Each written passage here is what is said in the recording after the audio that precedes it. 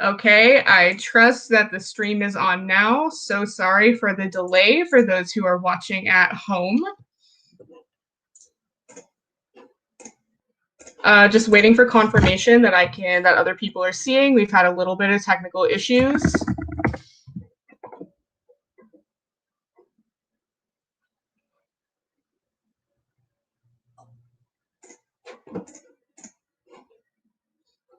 All right, we are all good. Thank you so much for your patience, everyone. So hello, my name is Rand. You obviously know me from Marching Arts Access, Safety, and Inclusion Network. We are a community-led organization dedicated to equity and safety in the marching arts, where equity, safety, and well-being will never be prized above a score ever again. So we are so thrilled to bring you 4 amazing women leaders in the community today for our Real Talk Town Hall on women's leadership. So we're going to get started with a quick round of introductions, and I'm going to be going clockwise from who I see. So we're going to be starting with Raychel. Hi, everyone. I'm Raychel Taylor. I'm a percussionist and an educator in the Northern Illinois region. I teach front ensembles and marching and drumlines out here, 3 to be exact. And I'm also the founder of Girls March, which is an organization that advocates for women in the marching arts, specifically percussionists, because I'm a percussionist. Although we, of course, would love to expand out to women in brass, because we know that we're all experiencing very similar issues in male-dominated, areas. Absolutely. And Holly? Hi there, my name is Holly Marino, and I am first and foremost the mother of 6 children and one of the founding members of Fusion Corps based out of Morris County, New Jersey. And that I had the opportunity to march with my husband, my best friend, and 4 of my 6 kids at one point in those years. I've been in the activities since I'm 10, so I'm very passionate about it, and I think it's a great community for everybody, and I'm so excited to be part of something like this and trying to bring knowledge about the activity and women in the activity as well, and how we can grow within and beyond our activities. So thank you so much for having me as part of this discussion. No problem. We are so thrilled to have you. Erika? Hello, everyone. My name is Erika Plez. I am here in Delaware. I currently work at a registered agent company called Cogency Global, where I'm a client service specialist. I'm a color guard tech. I teach at 4 different color guards, Unionsville and PA, AMP A, AMP Open, and also Shawnee, and all in Jersey. I also have 2 YouTubes that I host. So the first one is Beyond the Color, and the other one is Color Guard with Plez. So be sure to check those out if you have not already. Absolutely, and everybody will get a chance to have those promoted again at the end, so hopefully you can go check those out after the stream. And moving on, lastly but not least, to Andrea. Hi, everyone. I'm Andrea Brown. It's wonderful to be here. Thank you so much for the invitation. I am currently in my 3rd year as Associate Director of Bands and Director of Athletic Bands at the University of Maryland at College Park, which is right outside of Washington, D.C. I've been in the world of collegiate pageantry activities for quite a while at various schools. And then I've also been involved with the drum corps activity as a brass player for a long time as well, as a marching member, and then also on the staff side of things for about 15, 16 years at various places. And then currently I am what I consider a judge in waiting, in that I am on the list and part of the judging community for DCI, but haven't actually judged a performance yet, hopefully soon. I'm the original member of the DCI Women's in Step Committee, which is transforming to topics and subjects and ideas beyond that, which is exciting. And then I also founded a Facebook group for women band directors from all over the world. We have about a little over 3,800 members now, and it is called Women Rising to the Podium. Thank you so much. So as you can see, we have 4 absolutely amazing women here who are going to be sharing their experiences. So the first question I have for everybody to think about and speak on is, what experiences drove you to seek leadership positions or step up to take kind of leadership in the community? And don't think this has to go in order. So if any of you feel ready to answer, just go ahead and chime in. Well, I'll go ahead and start off. So I've been in color guard since, or just in the activity since I was 15. I joined marching band and then indoor guard. And then I started to play the oboe actually my junior year of high school, which is so odd. I know it's such an odd instrument, but I actually loved it. So I loved being in marching arts. I loved being in color guard and everything like that. But, what got me is that I just didn't see too many people that looked like me in those higher positions.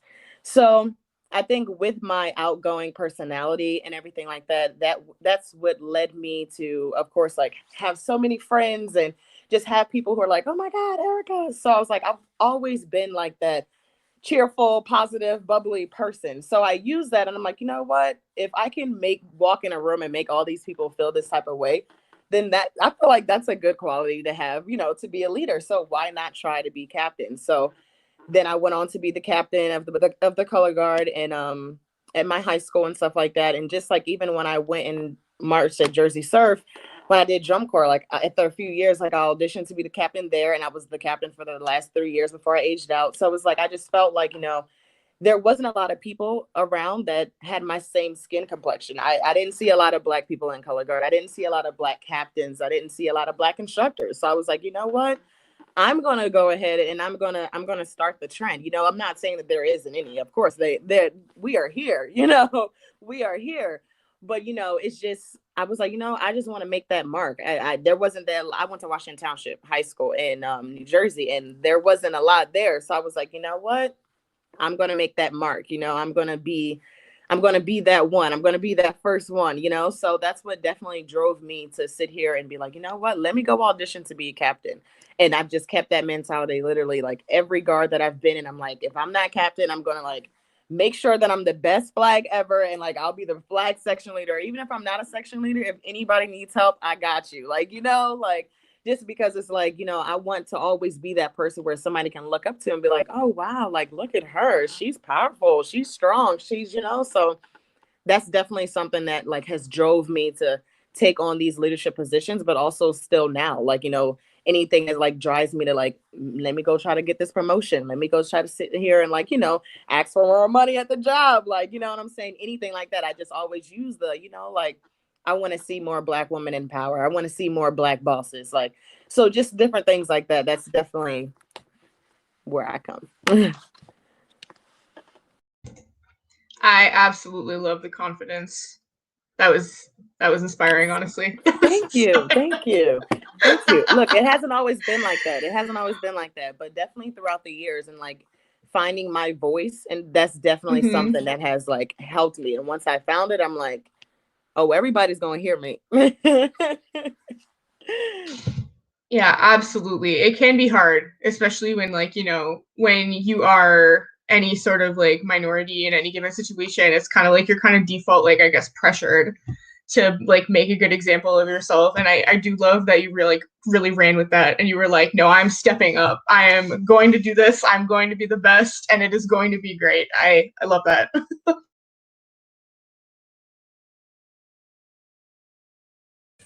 I think I'll chime in now a little bit. So when I was a kid, my parents were divorced, and back in the 60s, early 70s, that was kind of like not a very common thing. And again, I grew up in a neighborhood where my mother was raising two daughters as a single parent, and she was very strict and very protective, and I could appreciate that. So I wasn't allowed to really have a lot of friends or do sleepovers, but there was an all-girl corps called St. Ignatius Girls. So because it was affiliated with the church, my mom was like, okay, this is a good thing. But I was very insecure because I was kind of always like, I don't know, maybe because of my mom was so strict and so protective that I didn't have a lot of friends, and I wasn't really out there a lot. So I was in this drum corps, and I had some great leaders, Hyde Reitzer, Carmen Cluna, Tommy Martin, people that are like icons in the activity. And one day, I didn't believe in myself much, and Hyde Reitzer had said to me this thing that stuck with me forever. He said, "You have one oar in the water and one oar out. And whether you sink or float, it's up to you." And at that moment, I was like, wow, I'm kind of like the leader I'm in charge of my destiny. Like, I can't let people judge, or be insecure. Like, you have to go out there, you have to get it. And especially in a very, it's funny because I grew up in an all-girl drum corps, right? In this very male-driven activity. So, I think that it just really, and the support that I got from all these women surrounding me, I wanted to aspire to be like all these women who were strong and good at what they did. And I love, my roots of where I came from in that organization.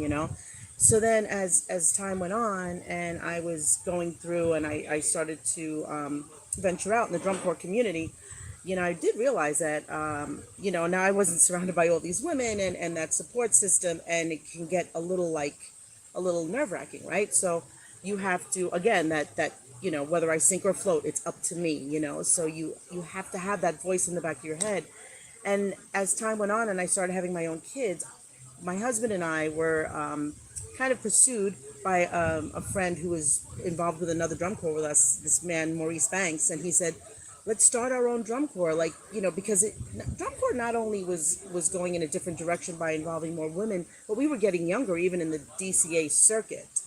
So we saw that change coming, and we wanted to be able to build a community, a drum corps community, where we could do this with our kids, and that all age of children, and we saw the value in it, so my kids realized that, there was no Black, white, Catholic, Jewish, Spanish, Italian. It was just a community where everybody was part of everybody, and that we were so strong because of each other. So the lessons that you learn, not beyond the marching and everything, are so important. And it was so important to us that we were able to share that with the world. So I love, what the community does for individuals, and those are kind of my favorite people too, the people that kind of come in and they're a little insecure about themselves, about life, and then you watch them grow, so those are the things that I really appreciate. Yeah, I really appreciate when I see organizations that try to kind of, I guess, bring the idea of community roots back to drum corps. I think that's so important that a lot of organizations have kind of lost sight of in the past decade, 2 decades. And so I really love that. I think that is super important.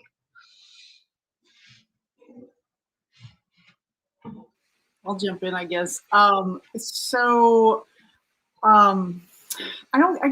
never really thought of it as leadership positions for myself. It was just when I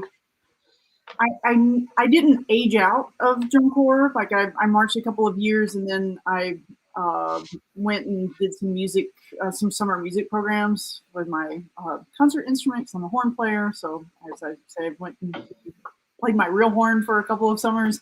But I always knew that I wanted to try to teach, and was able to make my way into that experience. And though I had never had any women instructors in my experience, and really I don't remember seeing any when I marched either.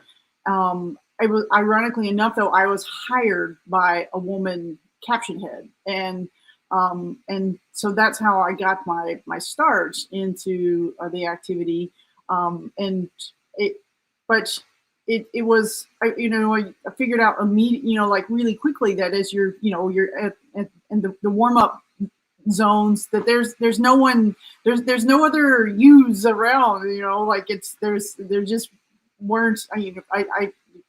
There's so few. I don't really remember seeing very many women at all with the brass staffs, even at various corps. And when you went to critique or all those things, it was just always you and a bunch of guys. And I that's where I started to kind of really kind of become more aware of, and kind of what, and even if I wasn't talking about it, but that it was, I think it did mean something for the women that were in the horn line to have somebody that was there in front of them, and so it was just kind of staying in that position. But it wasn't until years later that I ever worked with another woman on the brass staff. That was always, you always felt like you were the one, and then you were like trying to make sure that you were not messing anything up so that you could keep your own job and hopefully not screw it up for any other women that were interested in doing it. And just more of those experiences and feelings. And then as just getting older and kind of more experienced, I began to be more vocal about it. So I don't know that I have like I don't know if it's like really leadership, but it's just more of just just talking more openly about those things, and when I'm in those spaces and have the opportunity to do so. I actually have I feel like we're a little bit similar this way. I also feel like I was not exactly searching for leadership positions, more that they happened because I was a very high achieving person who really wanted a lot in my own life. So I can't ever remember sitting there going like in high school, like, I want to be the section leader. Like, it just kind of happened because I grew up in Northern California. We have, there are some drum corps in that area, but most of them are like south of Sacramento, except for Mandarins. And I marched to Mandarins, and then I went to Phantom Regiment, and then I did some Vanguard as well. And because I was so driven as a kid, I think adults were giving me more responsibility. And I don't think I handled it all that well, actually, when I was in high school. And when I did drum corps, I did not end up having any kind of leadership position. But I feel like I can identify with Andrea's story, because I did not think about my position as a woman in percussion until much later. So when I was going through undergraduate, being one of 10 girls in a studio of over 100 percussionists was an interesting experience. And I didn't really know at the time what was happening, but I was definitely starting to become more and more aware of how I felt very intimidated by the other women in the studio. I consistently thought of myself as one of the guys. And it took me a very long time to understand that those are actually very harmful thoughts, because they are self-destructive, and it also makes me alone. And towards the end of my undergraduate studies, I was like very confused as to why I didn't have any women friends. And it made so much sense, because as a kid, I was like, oh, girls are more dramatic, girls are this, girls are that. And it's not true. That's like society and patriarchy telling me this about myself. So I actually ended up kind of self-loathing in a way that I didn't know and I didn't understand until I was much older. So when I started to think about like, how do I change this? I remember, I'll never forget this moment. I was sitting in our studio class, which is a moment where everybody has to get up and play for everybody in the studio. And another girl in the studio had gotten up to play. And I remember thinking that I didn't exactly want her to succeed. And that really bothers me, because that's not who I am as a person.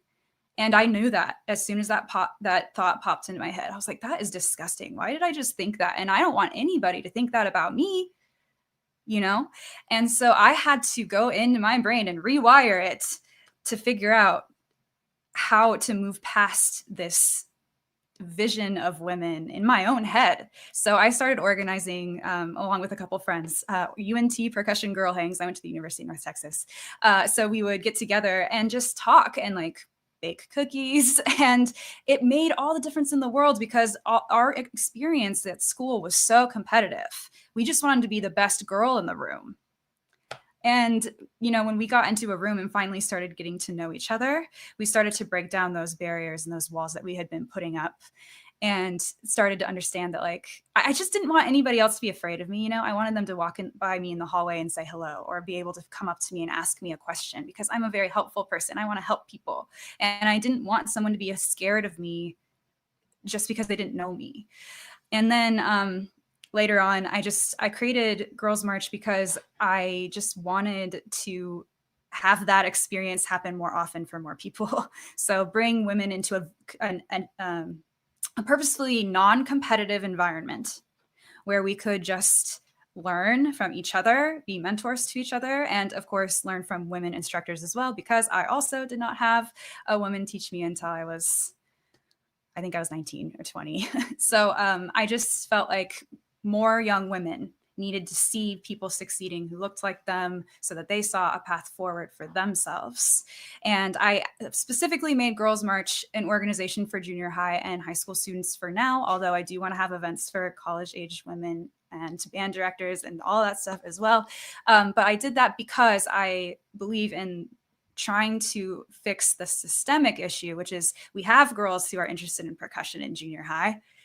They go through high school and they start dropping out as they go up, right? So how do we fix that issue? And to me, that was not, let me create this really awesome, high achieving drum corps. Now, I do think there is room for that if somebody wants to go do that. But I really wanted to get at like the core issue. And so I don't know, I guess that's why, you know, Girls March came to be and why I ended up coming into a position of some kind of leadership in that way. It was just because I saw a problem and I really wanted to help fix it. Thank you. That was such an amazing answer. I think it takes so much bravery to realize like the extent of internalized misogyny and then have to work to undo that, and really the extent of internalized anything, because like, you know, it's a white cishet man world out there. And so it's like you have to really think about how that affects your perceptions of yourself, and of course, even other people who look like you or are in the same positions of marginality as you. I find it really interesting how Andrea was saying that even though there weren't a lot of women, she was hired by another woman. And so I think that that is very key, in which we do have to very purposefully create space for each other and support each other through this, because the boys club will kind of force it so that it has to be you know, that there's only room for like one woman. Like, you know, you can be like the woman on the staff, but like that's not the situation. Like there should be lots of women on staffs everywhere, and of course lots of people of other genders. I would like to just take a brief moment to remind everyone that of course gender marginality is not limited to specifically cis womanhood. We will actually be having two town halls on trans issues in May, so please do look out for that. So for today's town hall, if you find that you are kind of a woman or woman adjacent, take what resonates, leave what doesn't. Anyway, we're going to be moving on a little from that. Just in case anybody's wondering, I myself am non-binary. I do use they, them for myself, but I kind of still resonate with womanhood as an experience, especially since I wasn't out while I was like marching anyway. Anyway, caveat. I think those are all such amazing answers. So while you're kind of doing this, what challenges did all of you experience in your journey to kind of get to where you are today, where you've realized like, okay, these are the issues and this is how I'm working on them and this is what I'm doing about it?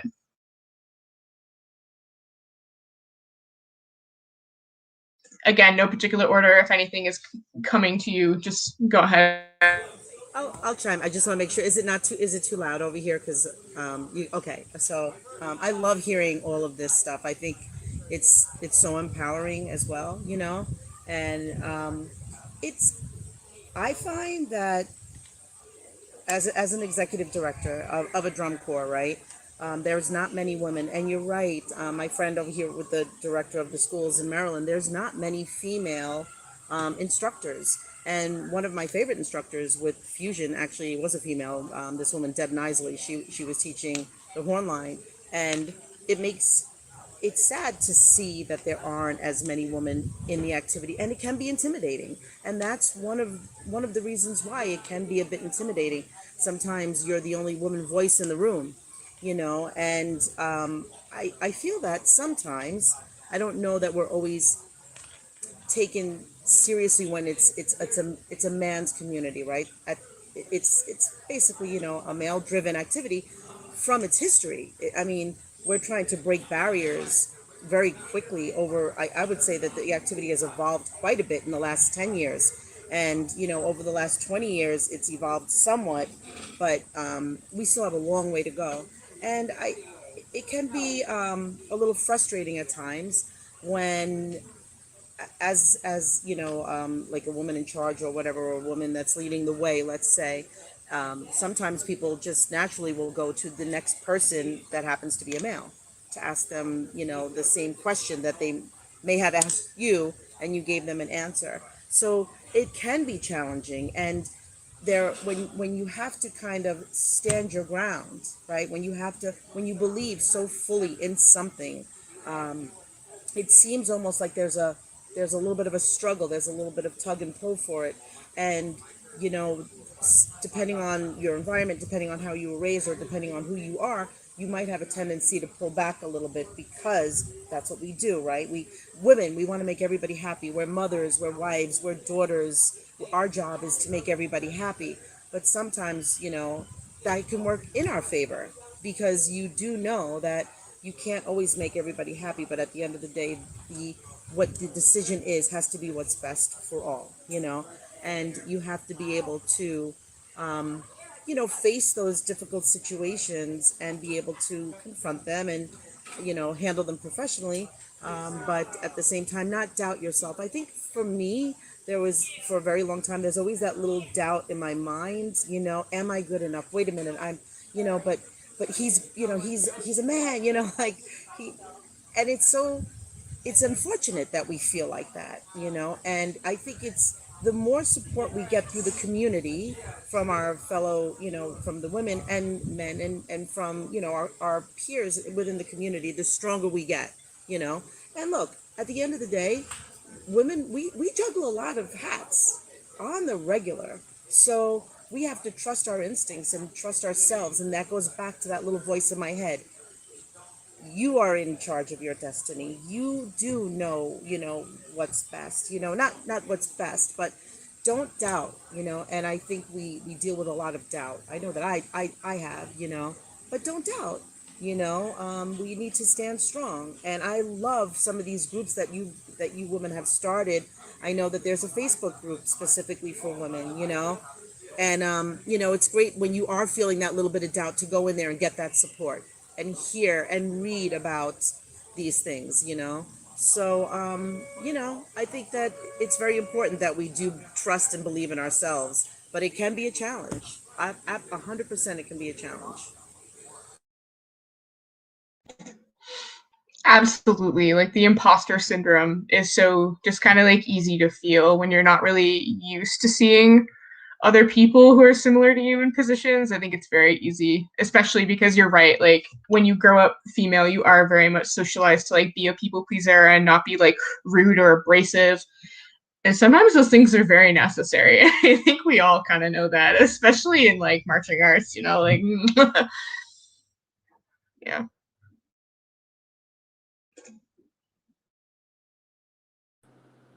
I would say for me, I mean, the challenges, of course, like you said, just being a woman in general and the marching arts, like that definitely is something that is like, it's hard, looking around, like going to competitions, seeing all these male judges, male, the people who do the little time clocks, like, but just everybody. It's just everywhere you look, male, male, male, male, male. You know what I'm saying? So to walk in to see something like that is like, wow, I have such a passion for this activity, but like, how far up can I actually go?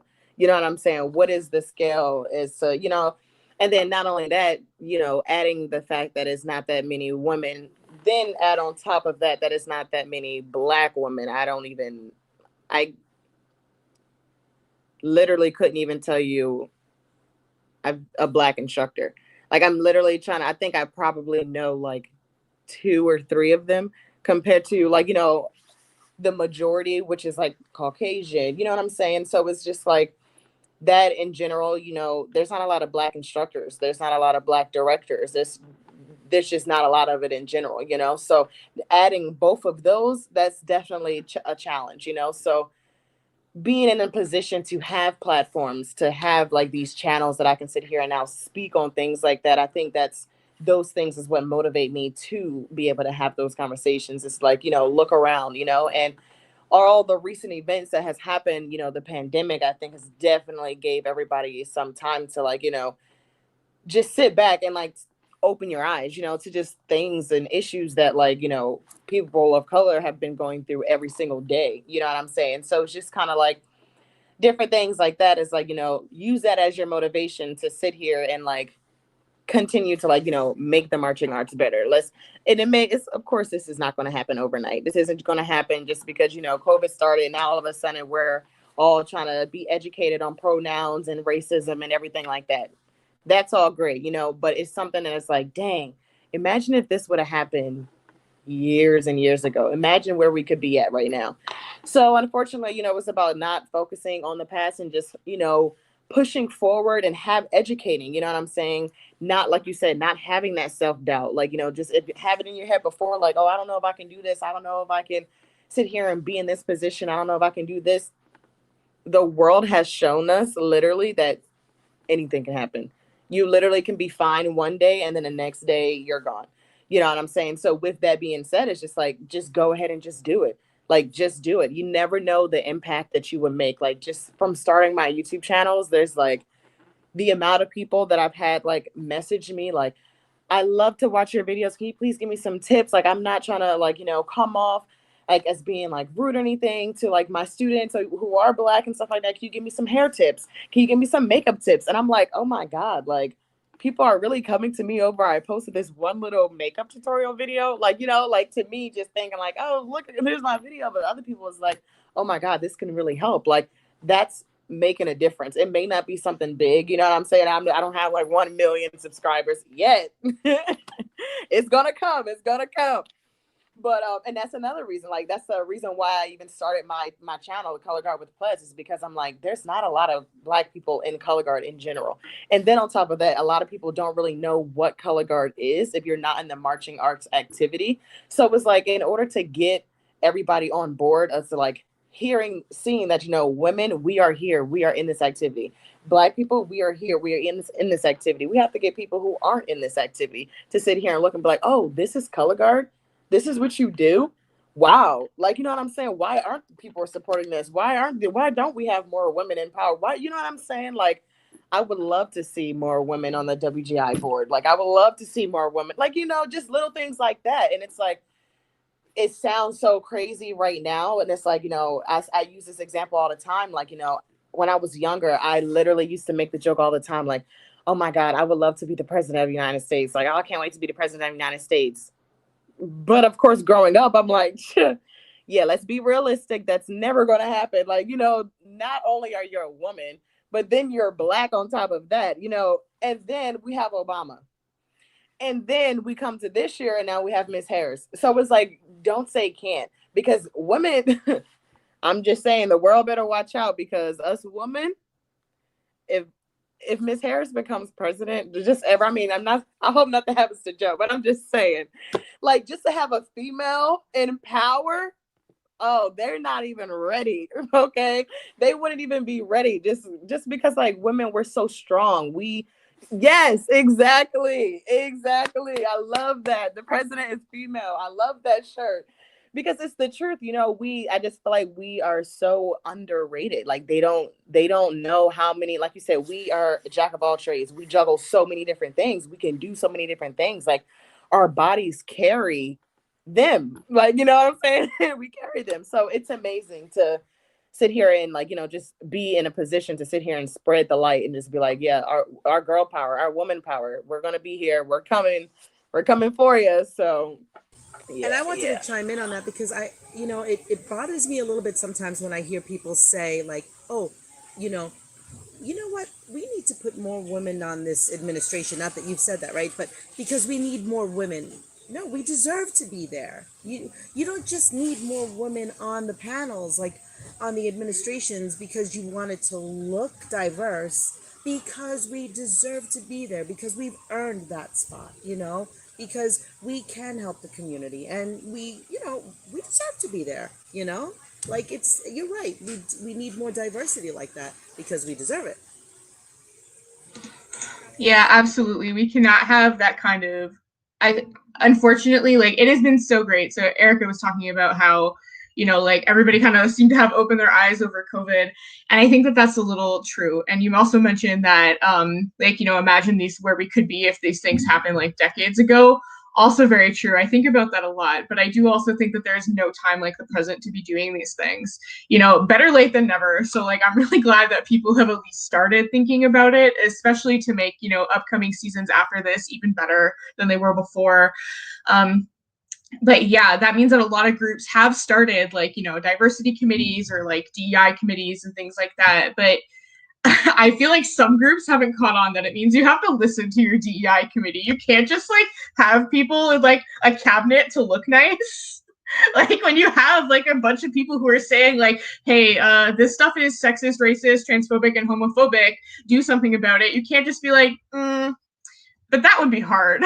Like you have to actually do things about it, which is like, learning process. But I do really like that people have been so emboldened to be like, no, actually, I'm not just gonna like let that slide anymore. Like you absolutely can't do this. This is unacceptable. We're not gonna take this. Absolutely. I think you guys have all made such great points. That's what I was just gonna add in, like that for me, I think my experience is that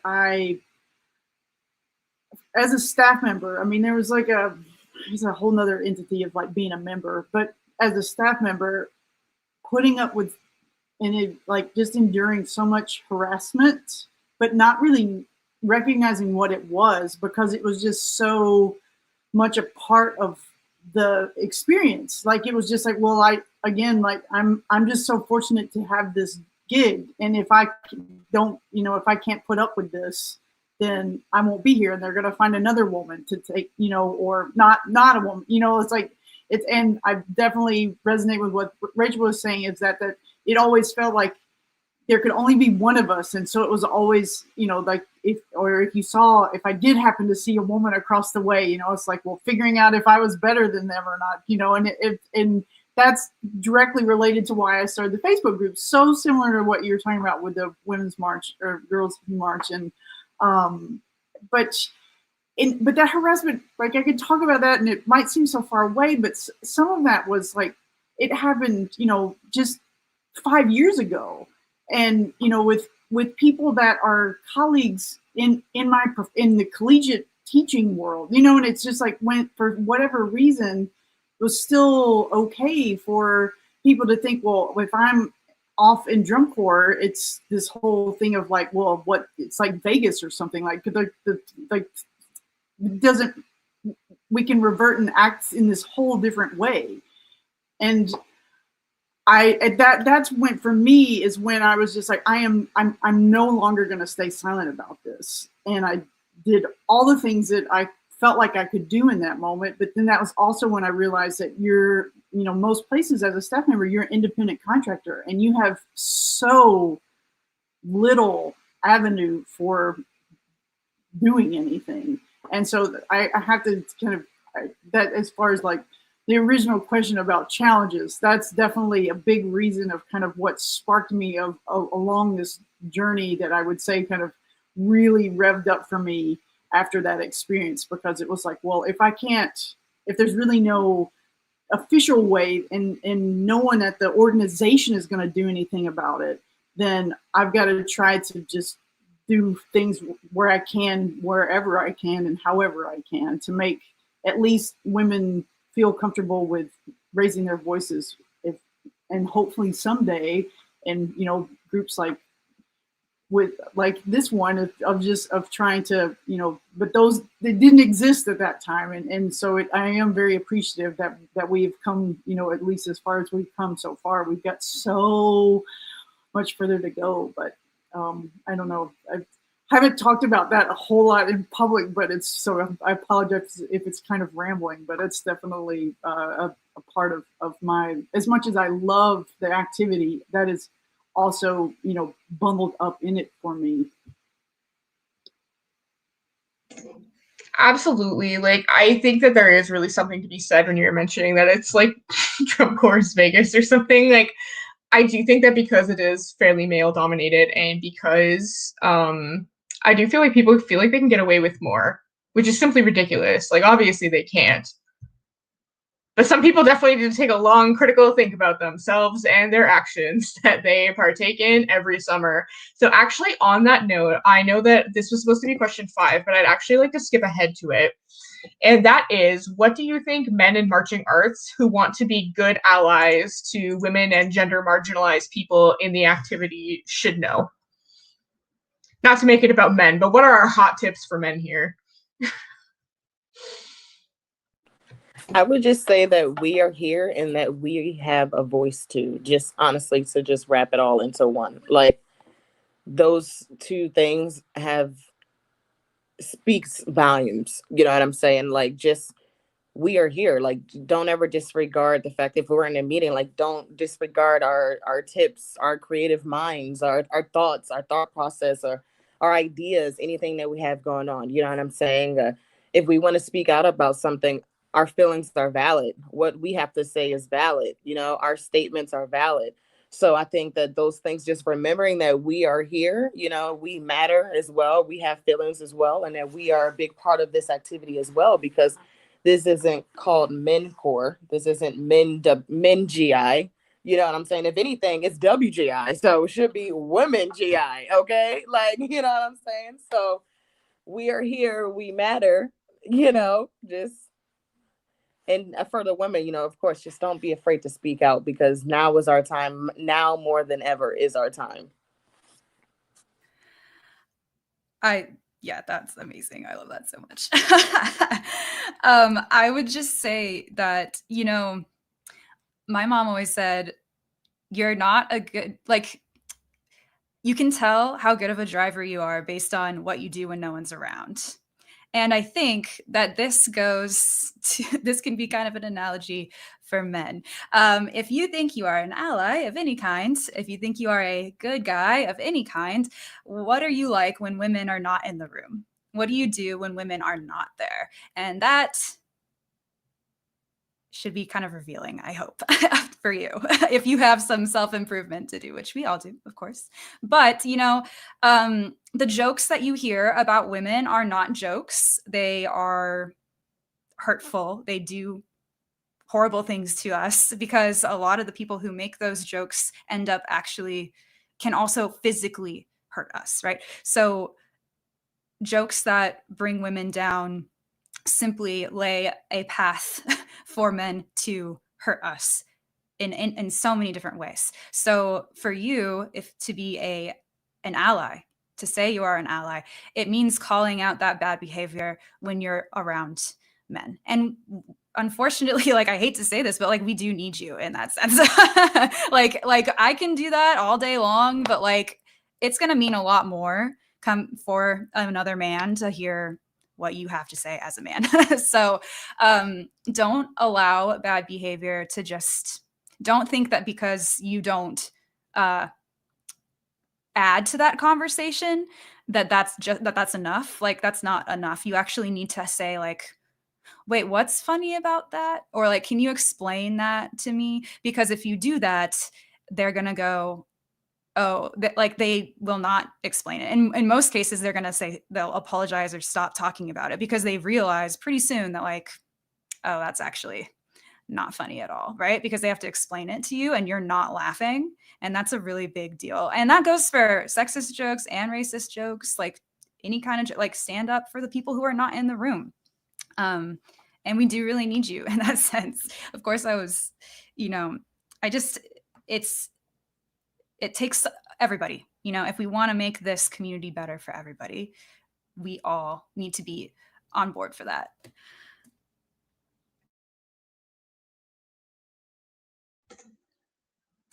And I think that encouraging and empowering women, I think that's important. You know, even, you know, as a male, and I think that a lot of support I've seen come from some of the men that I've had to directly work with, and that support system does help. I think that when you have men or women, you know, that are kind of not supporting you in any way, it doesn't help to make your point or to get where we need to be.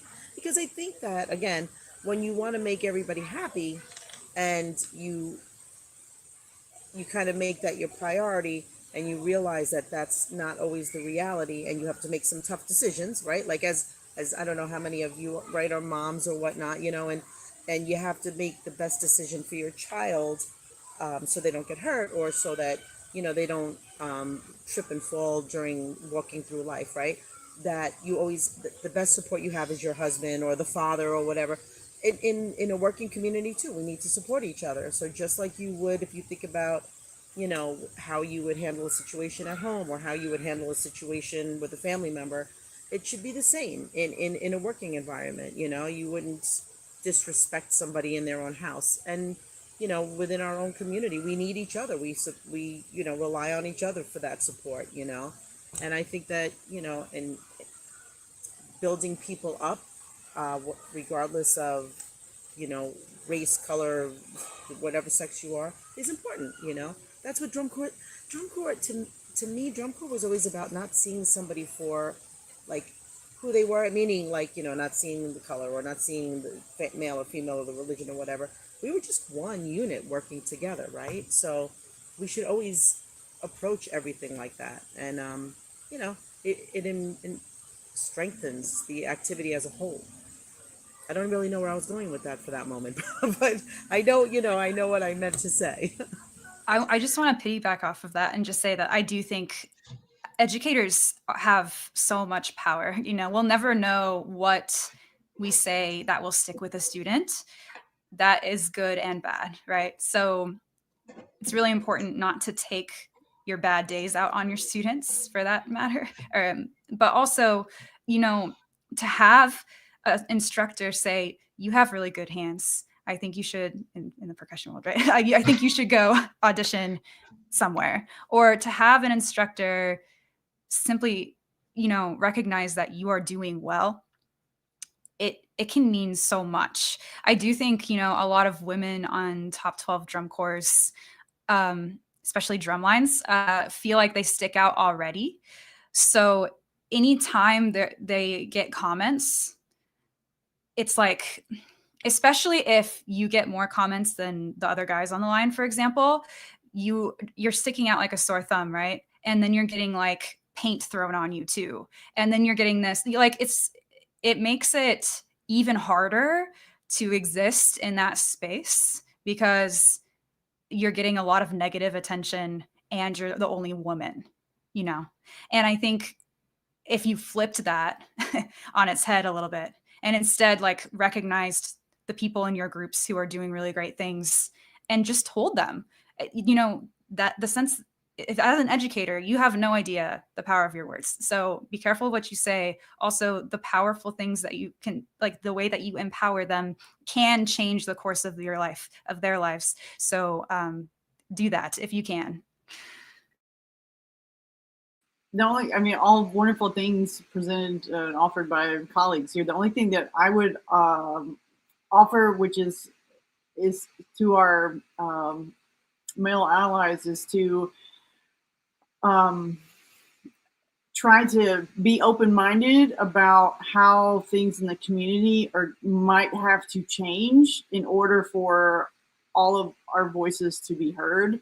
You know, it's so, you know, it's something that attracts a lot of people to, especially the drum corps activity, is the tradition and these things of kind of like this, you know, there's always the fight between the old ways and the new ways and all of that that's constantly happening. And but I think, you know, there's all of those battles that had to do with like rules and how we did, you know, things that are kind of in the procedural things. And somehow along the line, we never really thought about how we were dealing with all these other voices in the community. And it's and I think, you know, sometimes I get really sad about that it went so long in such a,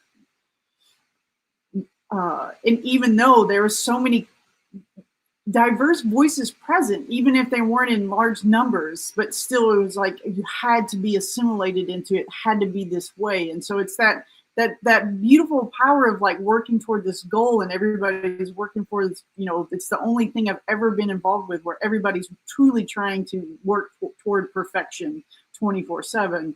But, you know, can we reimagine what that looks like now with all of these folks at the table, rather than saying this is the one way to do that?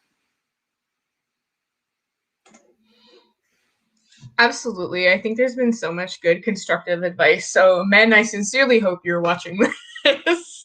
But if not, everybody just take a moment to send the link after this is posted to a man in your life who you think could benefit from these hot tips for men, as we put it.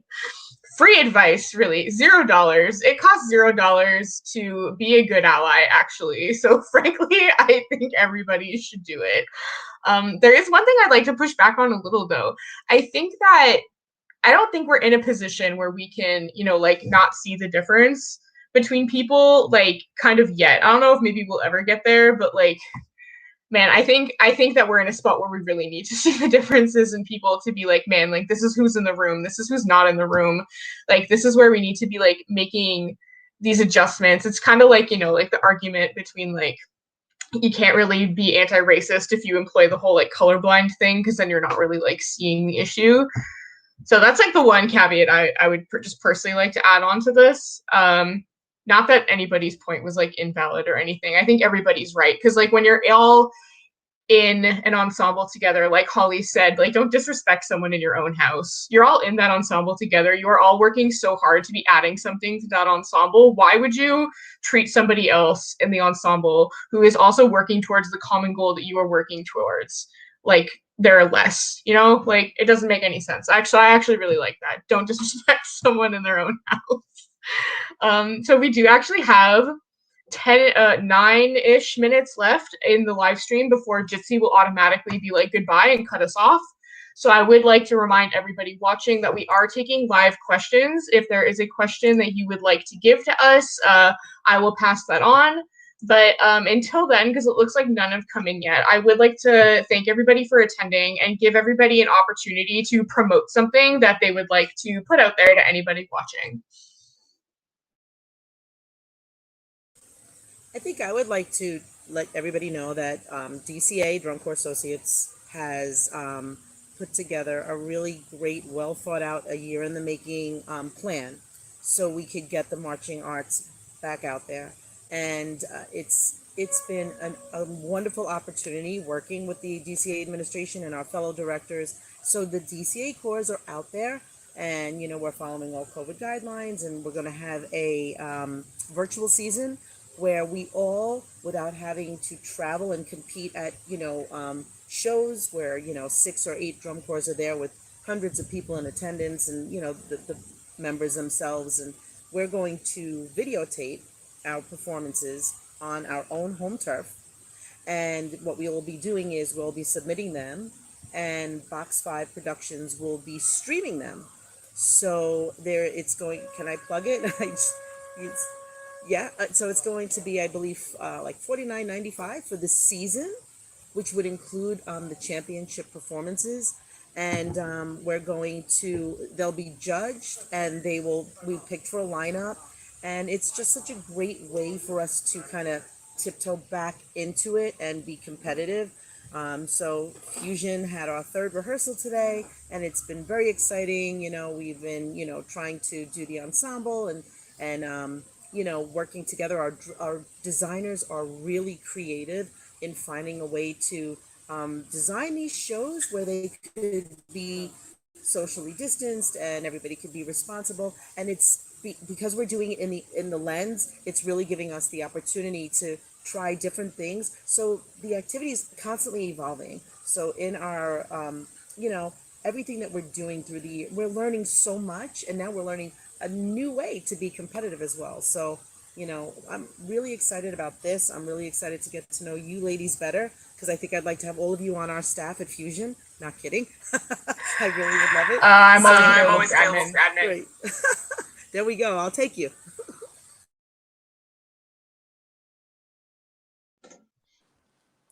I will definitely take you up on that offer, so let me know if you need help. So like I said earlier, I do have 2 YouTube channels. So the first one, I am a host on Style Plus Band. So on Style Plus Band, they had like on their YouTube channel, I have a different little like sub series thing under there. They have a bunch of little different series under there, and one of them is my show called Beyond the Color. So on there is basically, literally a beyond color guard. So I interview and do like little like tips and things like that of people that are in the marching arts, but not just like color guard. So I've done like battle squads, drum lines, like just all different types of like, things that's in the marching arts so that people can know that it's not just color.